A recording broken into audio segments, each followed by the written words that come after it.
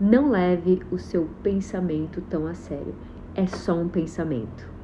Essa frase alugou um triplex na minha mente e ela veio de um episódio de um podcast que eu escutei, onde o assunto era sobre a dificuldade que nós humanos temos em relação às mudanças. E o nosso pensamento, aquela voz que fica na nossa cabeça, aquela mente tagarela, ela nada mais é do que uma voz repetitiva, compulsiva e involuntária. E o que isso significa? Compulsiva, ela não deixa com que você pare de pensar, ela não para de falar o tempo todo na nossa mente. Repetitiva, ela repete as mesmas coisas na nossa cabeça. E ela é involuntária, você querendo ou não pensar, ela vai estar ali na sua mente, repetindo, sendo involuntária e sendo compulsiva. E isso levou para uma discussão do que significa, de fato, os pensamentos na nossa vida. E existe uma diferenciação onde muitas vezes a gente acaba se confundindo, pensando que nós somos os nossos pensamentos. Mas não. Nós não somos aquilo que nós pensamos. Nós somos aquele que pensa. Nós não somos os nossos hábitos. Nós somos aquele que tem determinados hábitos. E nós não somos os nossos resultados. Nós somos aquele que tem os resultados. E quando a gente se separa do pensamento e passa a ser um observador daquilo que pensamos, podemos constatar que nós pensamos muito pouco. Como assim? Geralmente nós temos as mesmas preocupações, temos o mesmo medo, temos a mesma ansiedade, temos a mesma incapacidade, tudo isso vindo daquela vozinha interna, o que não significa que nós somos aquilo que a voz diz. Mas quando nós damos atenção, ouvido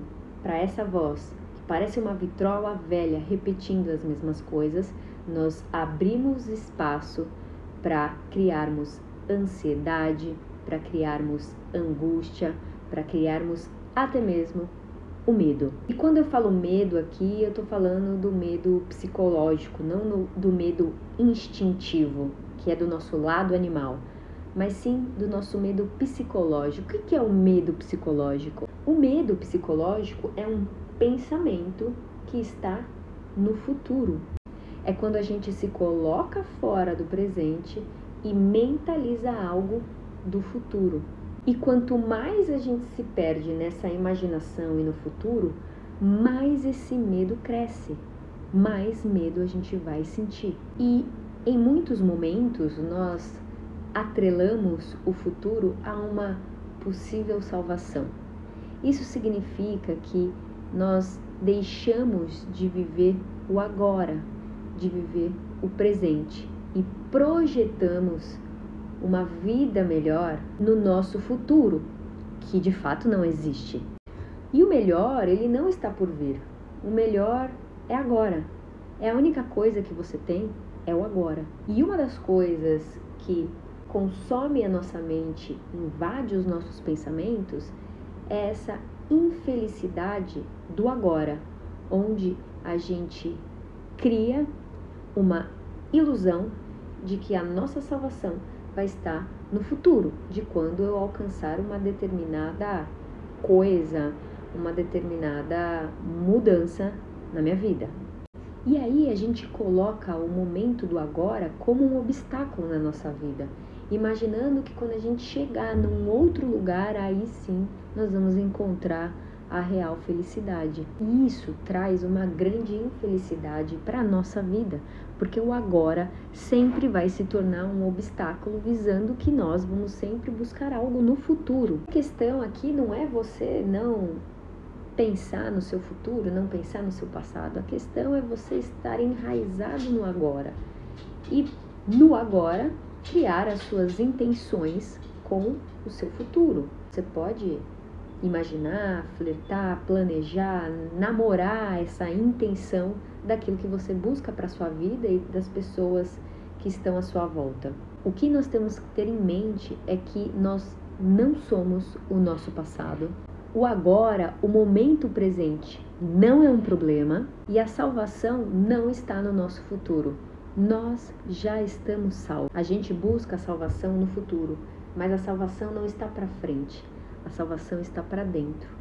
A salvação está naquilo que contém no nosso interior. O que te salva é o que está dentro de você. A gente sabe que dentro da gente existem vários órgãos, mas o que eu falo aqui não é algo com uma forma, e sim algo sem forma, que é a vida. Você não é o seu corpo. Você não é o corpo. Você é a vida que lateja dentro do corpo. E essa vida é muito mais inteligente do que a nossa mente. Se nós fôssemos os nossos pensamentos, as nossas emoções, nós seríamos limitados. E se fôssemos limitados, não poderíamos ter nada de divino em nós. Você precisa perceber que existe algo maior do que o seu pensamento.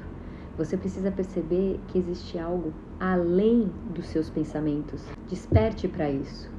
O pensamento muitas vezes nos judia. O pensamento muitas vezes nos faz sofrer, nos limita, nos incapacita, e não é para ser assim. O pensamento, ele é uma dádiva, ele é um presente. Afinal, a palavra, tanto pensada quanto expressa, é uma magia.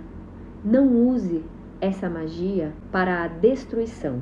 Por isso, não leve o seu pensamento tão a sério, porque no primeiro momento ele sempre quer nos derrubar. Uma tentação do nosso inimigo espiritual.